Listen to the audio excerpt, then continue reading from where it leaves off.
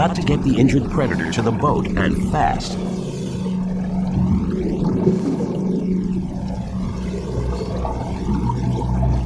As everyone holds their breath, a special winch shoulders the precious cargo into a waiting tank on board. In the boat at last, speed is critical. The gaff has to come out.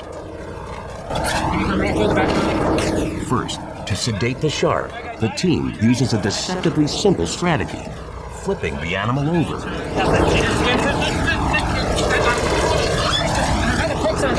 In this inverted position, a shark falls into a temporary trance called tonic immobility. Scientists are only beginning to understand the phenomenon, but they do know the amount of time the trance lasts is unpredictable. Sharks will come into a very calm state if you can roll them on the back. Now, we've still got to be very careful. This animal can bite. With the shark briefly sedated, the team inserts a thick plastic tube down its throat.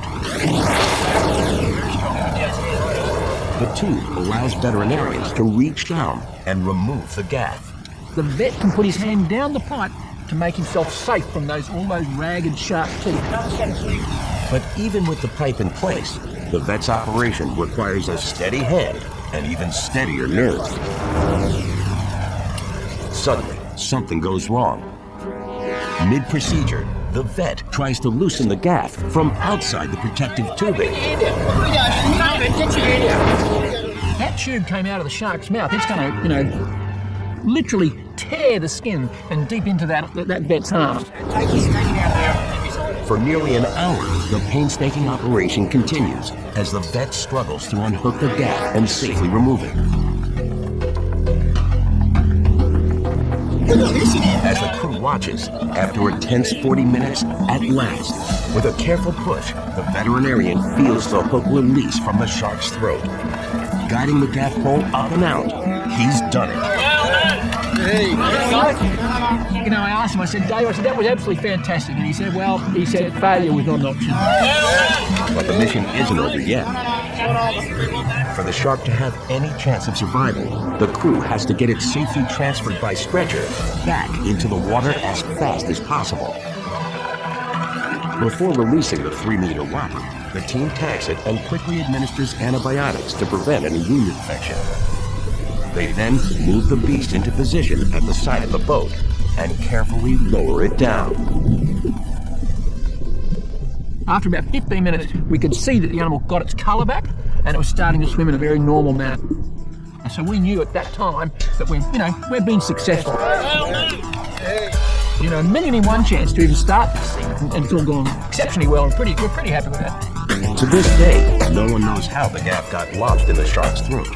But regardless of the cause, Trevor and his crew's mission to rescue this remarkable animal is a testament to the importance of human intervention to help save threatened species from extinction.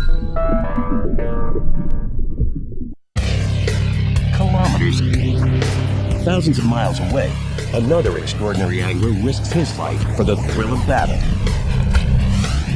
The Seychelles Atolls, Indian Ocean, February 5th, 2006.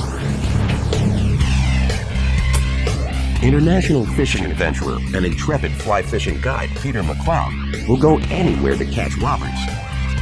Remote locations mean big fish and the most extreme catches.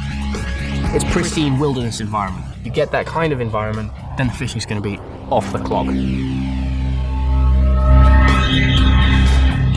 Peter's come to the Seychelles for one reason: to land one of the area's most notorious undersea adventure angling opponents, the giant trevally. There's something just primevally aggressive and rather, insane about giant trevally. In a world of whopper fish, giant trevallies, GTs for short, are like hit-and-run hunters, striking with brutal precision and speed. Their stalking style? Bite first, ask questions later. When trevally are feeding, they hit hard, they hit fast, prey just flies out of the water. With few competitors and even fewer natural enemies, GTs can grow big as bathtubs, over 1.5 meters long, weighing more than 70 kilograms. Muscle-bound brutes built with thick shoulders, blunt heads, and heavy torsos, these giants strike at any potential prey. Trevally just run things down. They don't care if the prey sees them a mile off, they just blast into it. Despite their bulk, a crescent-shaped caudal fin rockets them through the water with power and agility. Trevallies have that big curved tail, which helps them accelerate really quickly. And for adventure anglers like Peter McLeod, it all adds up to one of the toughest fighting fish on the planet. It's known as the bulldog of the ocean.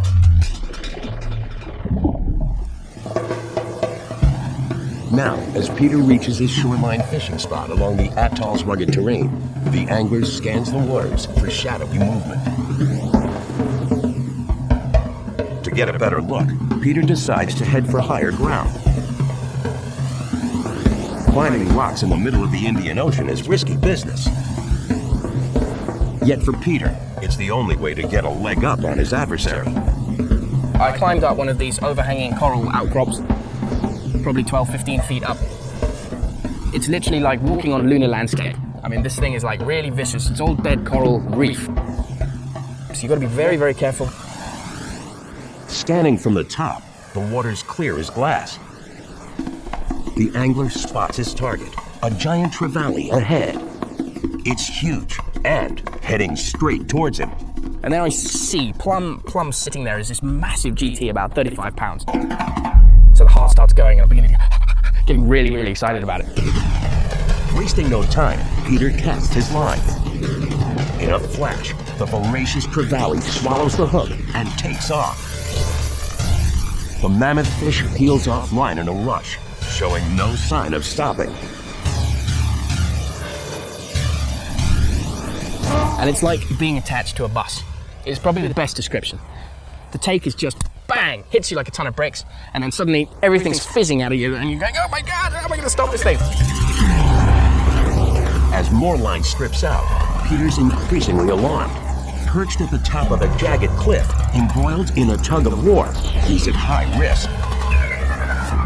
So if I lacerate the hell out of myself on this coral, I'm in real trouble. We are moored 10 hours sail away from the nearest atoll that we can get a plane into, and from there it's a 3.5-hour flight. To save the catch, the extreme angler decides he has only one option: jump. I'm thinking, I'm going to have to get down there so I can put some side strain on this fish. I'm going to have to get from here down to there very, very quickly.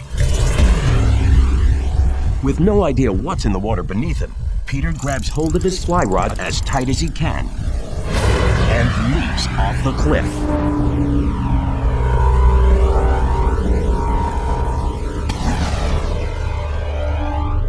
In the water, the fisherman needs to gather his wits and get back to the fight fast. The trevally continues to strip off line from the reel. It's like spinning like a propeller. Absolutely going mental. This fish is howling out. And Peter's fighting another risk. The hook could slip free. Committed to catch and release, he only uses hooks with the barbs removed. A growing practice among conservation-minded anglers, barbless hooks come out cleanly for a safe release. But they can also get loose during a fight. So as soon as you have any form of lack of tension, then the hook will just drop out and the fish is gone.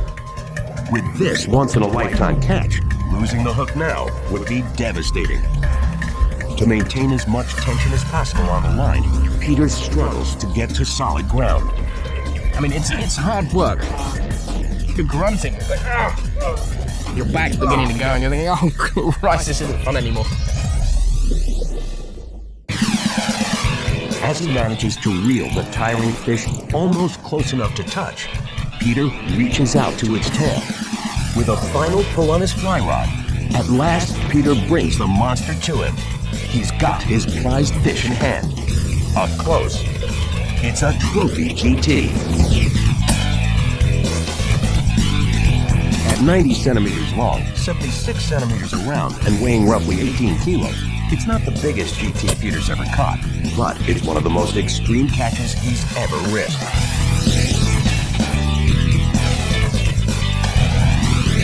The angler marvels over the phenomenal fish, but only for a moment. The feeling when you pull that fish out of the water, it's just sheer elation. I mean, it's insane. But